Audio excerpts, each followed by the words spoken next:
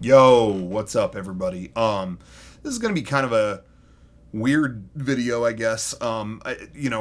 Just as far as I don't really know if there's a point to it. It's something just kind of that has been on my mind over the past year, and it's about this mug. I don't know if you can even see that or how well lit that is, but you can just kind of soak it in. Got like fake wood paneling. So it's a hell of a mug. That's a very tall mug. Is that even a mug? Does that qualify as a stein? I don't know, man. I don't collect steins, but anyway, you could see trees on there and whatnot. I know it's a hell of a mug. You're probably blown away. You may want to stop the video there if you're like all mug. You're like horny for mugs or whatever. That probably satisfied you, but I'm gonna go ahead and talk more about it if that's okay. Yeah. So over the course of the last year, this mug has been sitting on my counter, and I look at it every day, and I kind of think and reminisce about how I got it, which was just a hair over, a little over maybe a year and a month ago. And I think about it all the time, and I guess really I just kind of wanted to record this, so maybe in the future I go back and watch it, and I go, oh yeah. So anyway, this mug. What is the story behind this mug? Well, so I'm going to talk about theme parks. I'm going to talk about Disneyland. If you're not into that, if you're like, oh, another adult talking about the Disney parks. Oh no, just click the video off. There's been have you noticed there's been like an uptick in those kinds of like articles lately? Like, oh, look at these adults got emotional when the theme parks opened. What's wrong with them? What kind of thing? And whenever I see that kind of thing, I always think like it doesn't bother me. I honestly just think like there are football fans that dress like their favorite athlete and get into fights when they lose. You know what I mean? Like, and I'm not even saying that like you shouldn't like football or you shouldn't be into sports, but it's more just like everyone's got a weird thing. Everyone's got a little weird obsession, and I think that's wonderful. I think that is so awesome. I mean, when I was a kid, I remember hearing about furries for the first time, and I was just like, "What is this? Oh my god, what is?" Like it was some awful thing, or like I didn't understand it. I was like, "Why are they doing this?" And I just get older, and I'm just like, "Holy shit, that's awesome! You found a thing that makes you happy." Like, who is anyone to judge on that? You know what I mean? I don't know why I specifically called furries out, but that's just something that I remember as a kid thinking it was weird. And it's just like, man, if it makes you happy, it's not hurting anybody. Oh my God, why are we wasting time on being mad about it or I don't know. Anyway, that's a whole separate subject. But I am going to talk about Disneyland. So, it was early 2020. There's a lot of I'm being very hypocritical here because people keep trying to make, and I keep reading about like, oh, this director's making a really ambitious movie about life during COVID and a year inside and stuff like that, and I'm like, yeah, cool, peace out, bye, show it to me in a decade. I don't want to watch that right now. Not willing to engage with that.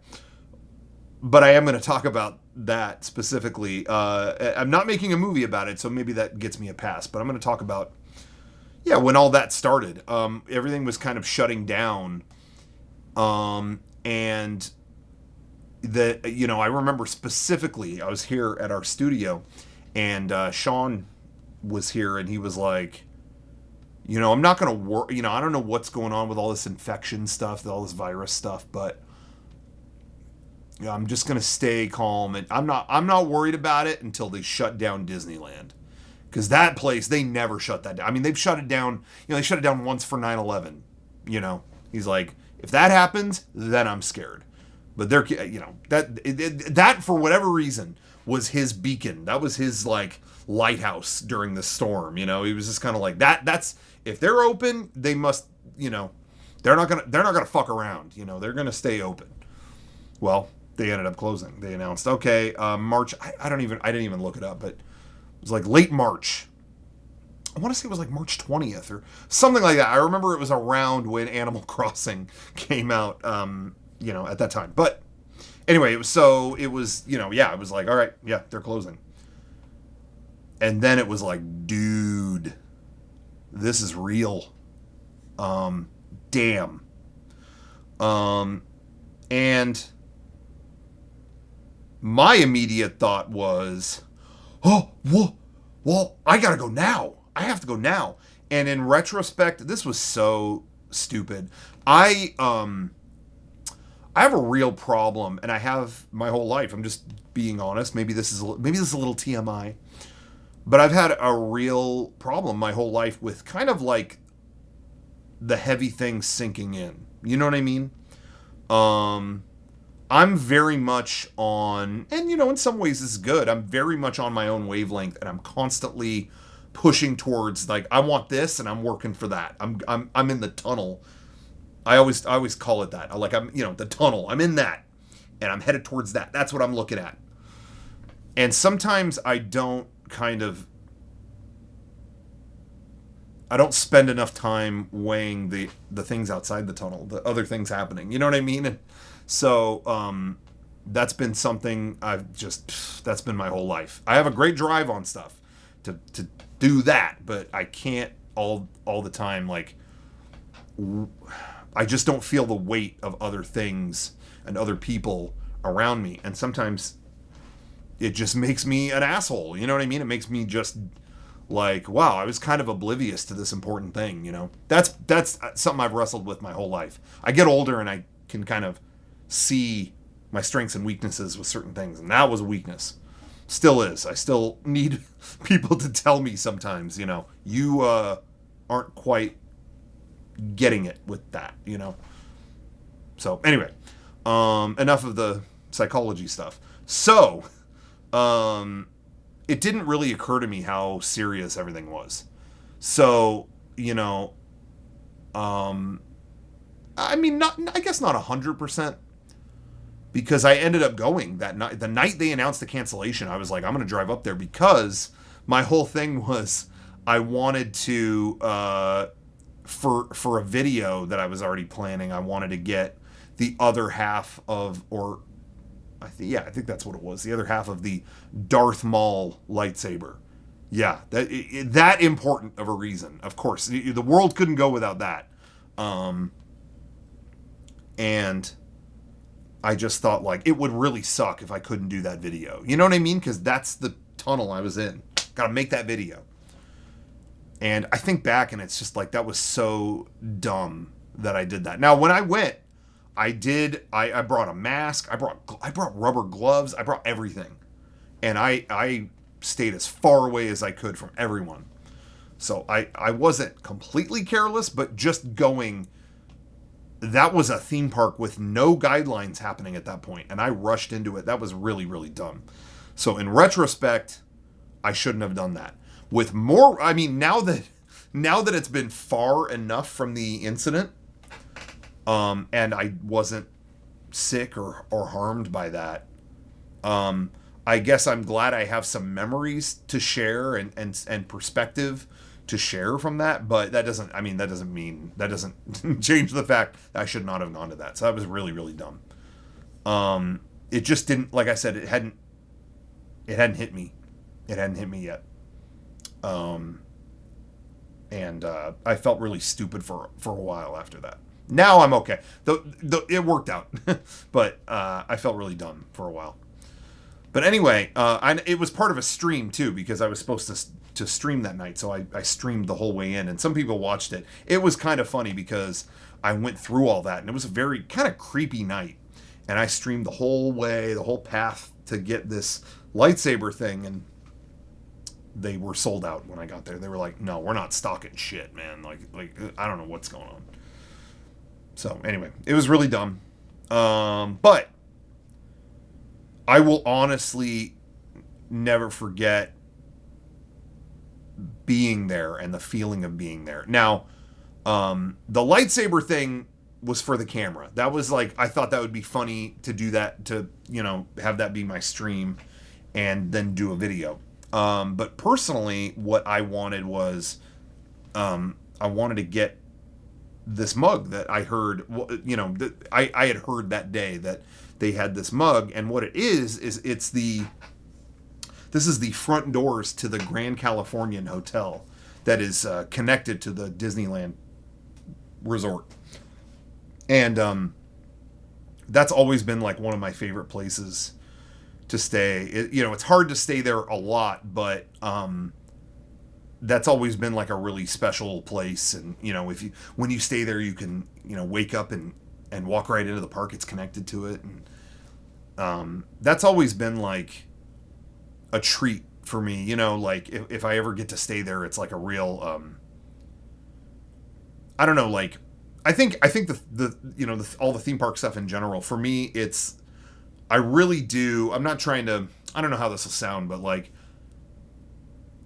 I work so much in my own business and all the stuff here with the other guys and all of that it's very easy to just kind of get away and go there because we live so close to that. That I try to make that like my reward. Like, okay, after a long time you can just go there. And so I'm a little more sentimental about it because it's kind of like, I don't know, it's just like a peaceful, fun thing I can do. I remember watching, they did that documentary on how they make South Park like a few years ago or however long ago that was. And I remember Trey Parker talking about how he would just buy tons of Lego sets, like because the show would stress him out that bad. He could just go into a room and follow the instructions and build. And in a way, I think that's me with kind of, stuff like the theme parks and, whatever. It's just like something I can just go and then they're doing something that I can just get involved in, and it's not far. I don't have to fly anywhere, So anyway, so it's always been like an emblem of that, and I really liked the times that I've stayed there at the Grand Californian. It was really special to me. I have a lot of great memories there. So they made a mug of the door, and I thought, well, they usually, when they make like stuff like this, it's only available in the Grand Californian like lobby, or like they have a bar outside the lobby. It's only there. And I know when they do stuff like that, they don't have very many. So I was like, okay, tonight I gotta go there. Again, I was just in my own like field of greed. I gotta get this for the video, and I gotta get this mug because it'll look cool on a shelf. That's like I'm still locked in that. And I think a lot of people were when the lockdowns and all that stuff started. I think people could not picture breaking their habits. And I think in that way, I mean, I was too. I mean, at the beginning, I think I was able to adapt. I do think like my generation and younger are more prone to adapt to changes like that. I think each older generation above us didn't have to grow up in those kind of settings where like new things happen, adapt. New things happen, adapt. Maybe I'm wrong. You tell me if I'm wrong. But I feel like, yeah, I mean, I'm thinking about like my grandparents' generation. All they knew was like the farm, good.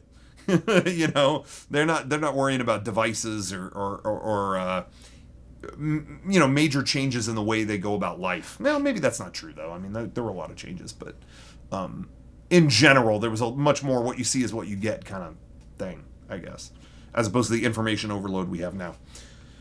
I'm probably wrong on that, so, whatever. I'm wrong on a lot of things. But anyway, so I wanted to get that. So I went into the park, and it really was, as I said, it was kind of like, I'll never forget kind of what I saw. I went in there, and there were a good amount of people, but you could tell people vacated. When I parked in they have a giant structure. For a while, I think it was like one of the biggest parking structures in America, I think. They call it the Mickey and Friends parking structure. And I parked there that night. There was almost no one in it. And this was in the evening. It's not like the park was closing. But there was no one there. Usually, locals who are, maybe they're annual pass holders or they're whatever, they'll come after work. So it's usually fairly busy time, early evening, mid-evening. There were no cars there. And what that said to me, there were still people in the park, but as I'm looking around, you could just tell these aren't locals. They're tourists. You could just tell. Locals, it's like, I've seen all this stuff. I'm kind of just bombing around doing my own thing. But, tourists, they're taking pictures of stuff. They this might be the only time they go. So they're capturing the moment. You can just tell. And I definitely felt that night. I'm like, oh, the locals are staying away from the park. I mean, other than this idiot local. It's the tourists that are still here. And I definitely saw that. I remember they were starting a parade. I didn't want to be near that. That was a crowd around a parade. No thanks. But it wasn't much of a crowd. I remember seeing it from afar. And it was like, damn, there's barely anyone watching this parade. And as I kind of walked by, you could see people like looking at each other like, should we stay? What do you think? Moms and dads talking in front of their kids. So what do you think? I don't know. What do you think? I mean, I don't know. Just watch the parade. Okay. It was very, very weird. And the longer it went on, I did my bit with the stream and I went and, oh, we don't have the lightsaber. Okay. And then that ended. I turned off the stream and then I just walked around for a while by myself. I went on the Millennium Falcon ride that was just next door and there was no one on it. They did eventually pair me with 5 other people when I went on it, but it took no time to get on it. I just kind of walked around for a little while, and then as I walked back, the park had just totally emptied out. And what was crazy was the night got really foggy. And the park had emptied out. And I know that this is the most boring comparison when you see a lot of fog or whatever, but it really had Silent Hill vibes. This empty, this theme park that went before I had gone into the Millennium Falcon was relatively not crowded, but pretty fairly. And then when I came out, it was foggy and they had all disappeared. It was very weird. And I just kind of walked around, and I think I went into the tiki room and watched that and left that. And it was just, like I said, it was just like wet outside, and people had just left. Nobody was there. I'd never felt that before. Just walking around, foggy, could barely see, a few feet in front of me, and there's just no one there. It was really weird. So then I thought to myself, I was like, well, I don't remember what time it was, 9 o'clock maybe. I'm like, I bet that bar is still open. 9 or 10, I think it was. But I was like, oh, I think that bar is still open. Maybe I should go check that out. And, at the Grand Californian, get the mug. It's like, I might as well. I'm already here. So I made the trek across the whole theme park, left the theme park, went down to, there's an entrance to the hotel in downtown Disney. I think I walked all the way down there. It had really cleared out. No, I'm sorry. I went through, I went into California Adventure and walked through there. And again, it was like, they were playing like the old 1920s Hollywood music. Really not many people there. There's just kind of people standing around and sitting around looking at their phone. So I walked through there. And then, like I said, in the park, there's an entrance into that hotel. So I walked through in there. And in that hotel, it was the saddest scene I'd ever seen. It was... Normally, there's a lot of commotion in the lobby of that hotel. And there really kind of was. It was very, like, quieted. Like, there was a very hushed tone. And it was just different clusters of families all, like, sitting and talking with their kids. It was like... I think we're going to go home tomorrow. I'm really sorry. I think we're going to go home. That's over there. And then over here, it's like, I think we should just go. Rick, what do you think? I think I should just go. lots of just people like not knowing kind of what to do. Like, is it safe to still be here? It was so normally there's a hubbub in that whole lobby, but it was really just like people kind of just head in their hands, just like I don't know. They plan this whole vacation and they might need to bail.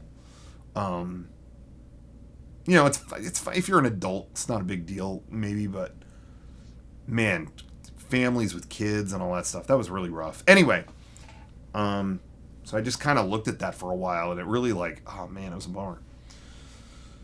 But anyway, so I looked at, I'm like, okay, the bar's outside. I'll walk through the lobby, go to the bar outside there, and I walked out there, and it was just like a few bartenders. They were all just kind of like watching. I don't remember if it was a TV or someone's phone, but they were watching the news.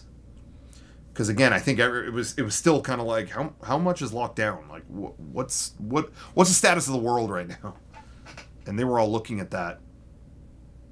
And I walked up to the bar and I was like, "Hi, do you have this mug?" Now, I do want to say that usually when they do stuff like that, they have like a big mug like this at a bar or whatever. Like they have one at the Star Wars cantina. I have one over here, actually. Oops, knocked a whole bunch of shit over. But anyway, this, never mind the Ewok.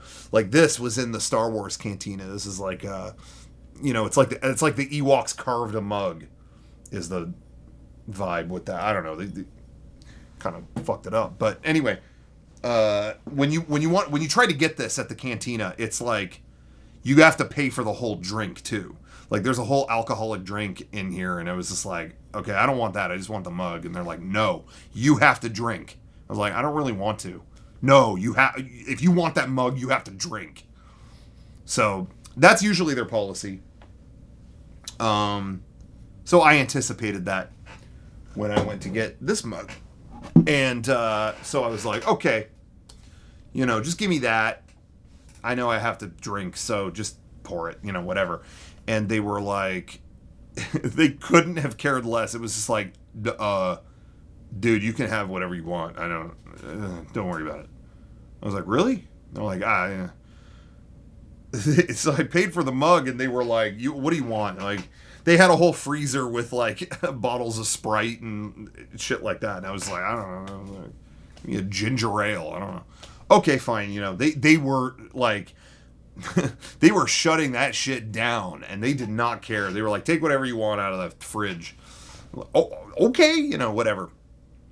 So anyway, so yeah, I paid the whatever and got the mug. And as soon as I walked away, I could hear them like closing stuff up. They were done. But they all looked so worried.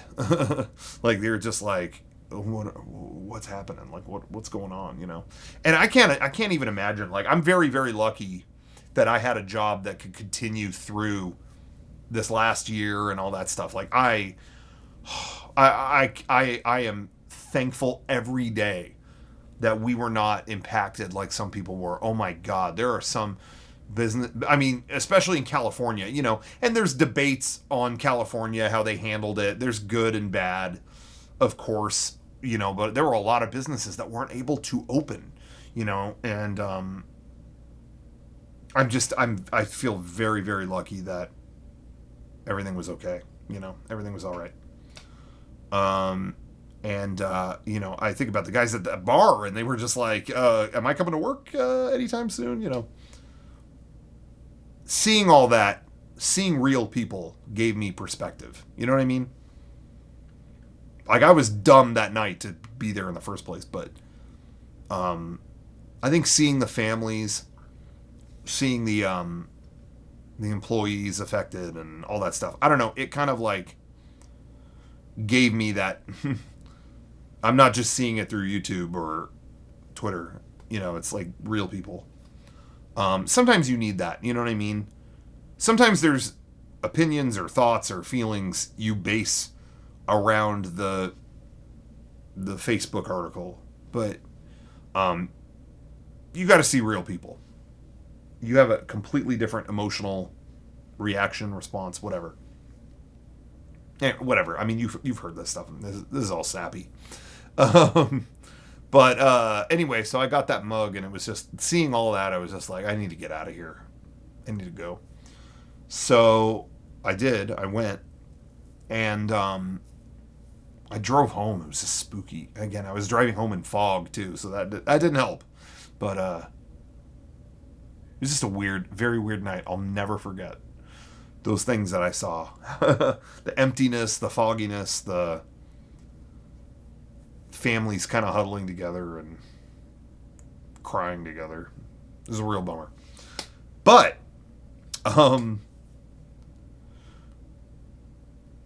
they recently opened California theme parks back open again. And I've been hearing all kinds of people, oh, I'm emotional. I'm going to be emotional when I see that. Oh, when I go through those gates, I'm going to be emotional. And I'm like, I understand that. That stuff means a lot to people. I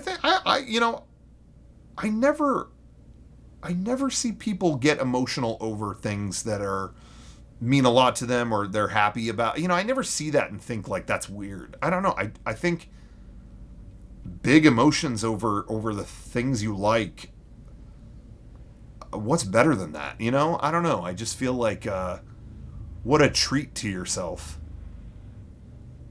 to have something that gives you emotion. I mean, you want to, I don't know. I just feel like you want to be emotionless. I don't know.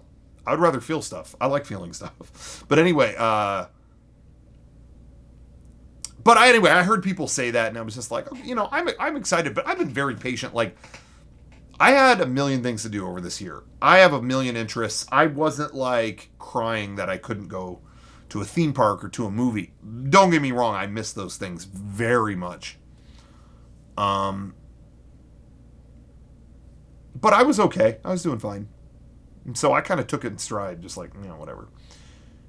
And then the other night, or maybe, I don't know how long ago it was at this point, a week ago or so, they streamed the ceremony. They lit up the Disneyland castle for the first time. And I was surprised how emotional I got. I was very emotional. But not because, oh, Disneyland means so much to me. Oh, the theme park. Oh, When You Wish Upon a Star. Not that stuff. But the context of it. And I remembered what Sean said at the beginning. If Disneyland is closed, then I'll be worried. And I think in my head, that was the tentpole. That was the lighthouse.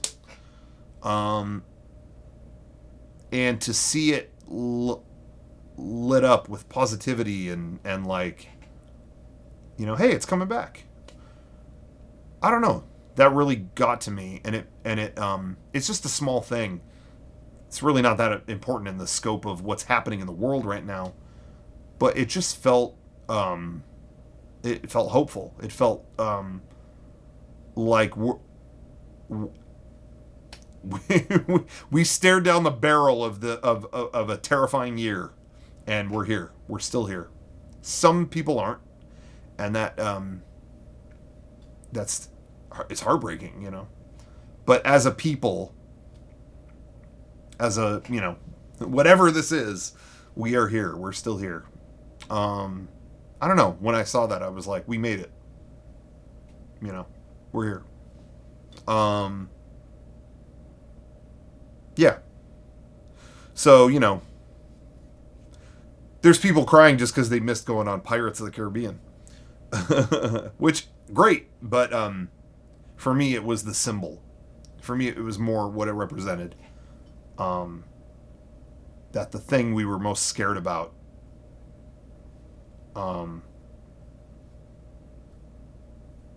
it's not like everything's over. I'm not saying everything's over, but the thing we were most scared about, we're punching through it. We're making it. Anyway, so I think about all that stuff every time. Every morning I see this on my counter, this mug, and I think about all that. I look at that and I'm just like, okay, we're doing it. We're making it through. If you're watching this, we're making it through. And we're thinking about everyone who didn't. We're thinking about everybody who had struggle and faced a lot of challenges over the last year, but we're here. We're making it. We're doing it. So anyway, this mug means a lot to me now, and it pisses me off because now I can't drink out of it. I was gonna put all kinds of hot shit in it, chocolate, some of that Swiss Miss shit and all that stuff.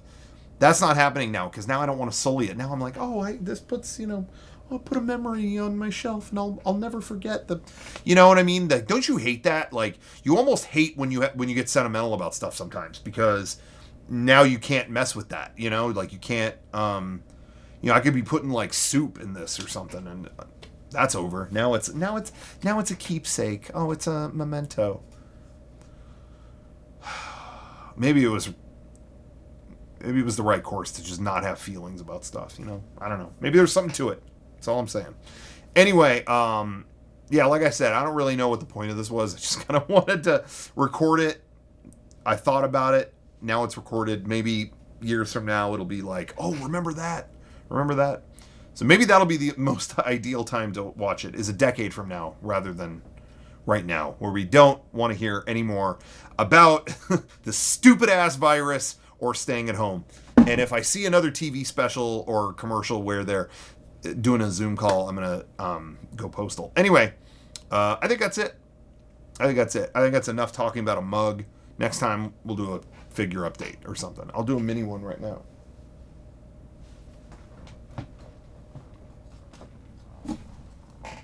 I don't know. That's not even a figure. Fuck it.